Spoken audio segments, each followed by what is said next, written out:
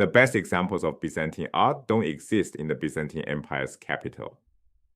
There in Italy, the reason involves a riot, an emperor's ambition, and a religious movement that wouldn't begin for another 2 centuries. Same era, radically different survival stories, and understanding why changes how we study any historical art. To understand how this happened, we return to Constantinople in 532 CE. The Nika Revolt had just ended, 30,000 dead, entire districts reduced to rubble. For most rulers, this would be catastrophe. For Justinian, it was opportunity. The population was subdued, the treasury remained full, and now he had a blank canvas where crowded neighborhoods once stood. What followed wasn't reconstruction, it was imperial transformation. Justinian levied additional taxes on his now cowed population and launched the most ambitious building program the empire had ever seen. The scope was staggering: a new senate building, massive public baths, palace expansions, multiple churches. But one project eclipsed all others: Hagia Sophia, the Church of Holy Wisdom. Construction began in 532 and finished in 537, 5 years. For context, Notre Dame took nearly 2 centuries. Justinian achieved this through unprecedented resource concentration. A massive labor force worked simultaneously across the site. Materials arrived from across the empire. The expenditure was lavish beyond anything attempted before, and the results will reshape architecture forever. Consider just one element: the Patriarch's throne. 40,000 pounds of silver. That's 18 metric tons of precious metal for a single piece of furniture.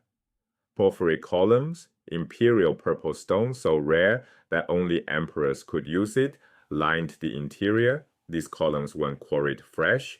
They were salvaged from ancient temples across the Mediterranean, concentrating centuries of imperial prestige into one building. Every surface communicated the same message. This was the center of Christian civilization, and Justinian was its master builder. But the true marvel wasn't the wealth, it was what the architects achieved with it. Hagia Sophia's dome appears to float unsupported above the sanctuary. Contemporary observers wrote that it seemed to cover half the earth, suspended from heaven by golden chains rather than resting on solid walls. The secret lies in the dome's base: 40 windows forming a continuous ring of light. Sunlight streams through, dissolving the visual connection between dome and walls. The structure seems to hover on light itself. Throughout the day, shifting sun angles create constantly changing patterns. Architecture as living, breathing experience. Justinian didn't limit his ambitions to Constantinople. In Ravenna, Italy, recently reconquered from the Ostrogoths, he commissioned churches decorated with extraordinary mosaics. These weren't just religious images, they were political statements. Justinian and Theodora appear in full imperial regalia, surrounded by their court, permanently asserting Byzantine authority over Italian territory. The craftsmanship was exceptional. Thousands of tiny glass tiles, called tesserae, created images that still gleam today. Here's where survival becomes the story. 2 centuries after Justinian's death, a movement called iconoclasm swept through the Byzantine Empire. Iconoclasm, literally image breaking, or was the belief that religious images constituted idolatry. Between 726 and 843 CE, Byzantine authorities systematically destroyed or whitewashed religious art throughout their territory. Hagia Sophia's original mosaics, gone. Constantinople's churches, stripped bare. Centuries of artistic achievement erased by the empire's own rulers. This wasn't foreign invasion or neglect. Byzantines destroyed their own heritage for theological reasons they believed were essential to salvation, but iconoclast authority had limits. It extended throughout the Byzantine heartland, Anatolia, Greece, Constantinople itself. It did not extend to Ravenna. By the 8th century, Italy had slipped from effective Byzantine control. The very distance that made Ravenna a frontier possession now protected it from Constantinople's religious policies. The mosaics survived. Justinian and Theodora still gaze from the walls of San Vitale, the images untouched by the destruction that consumed their capital. Geographic accident became artistic preservation. This creates a paradox for anyone studying Byzantine art. To see Justinian's artistic vision as he intended it, you must leave his empire entirely.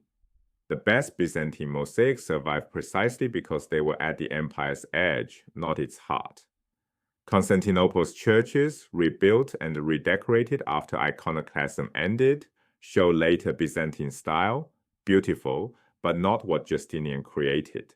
Ravenna preserves the original. When studying any historical art or architecture, ask two questions. First, what conditions enabled its creation? For Hagia Sophia, the answer involves revolt, destruction, imperial ambition, and concentrated resources. Without the Nika Revolt clearing the ground, without Justinian's determination to transform disaster into legacy, without the wealth to pour 18 tons of silver into a single throne, none of this exists. Second, what conditions enabled its survival?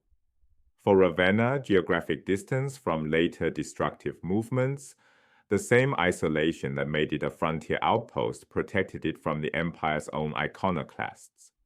Creation requires opportunity and resources. Survival requires luck, often the luck of being forgotten by those who would destroy.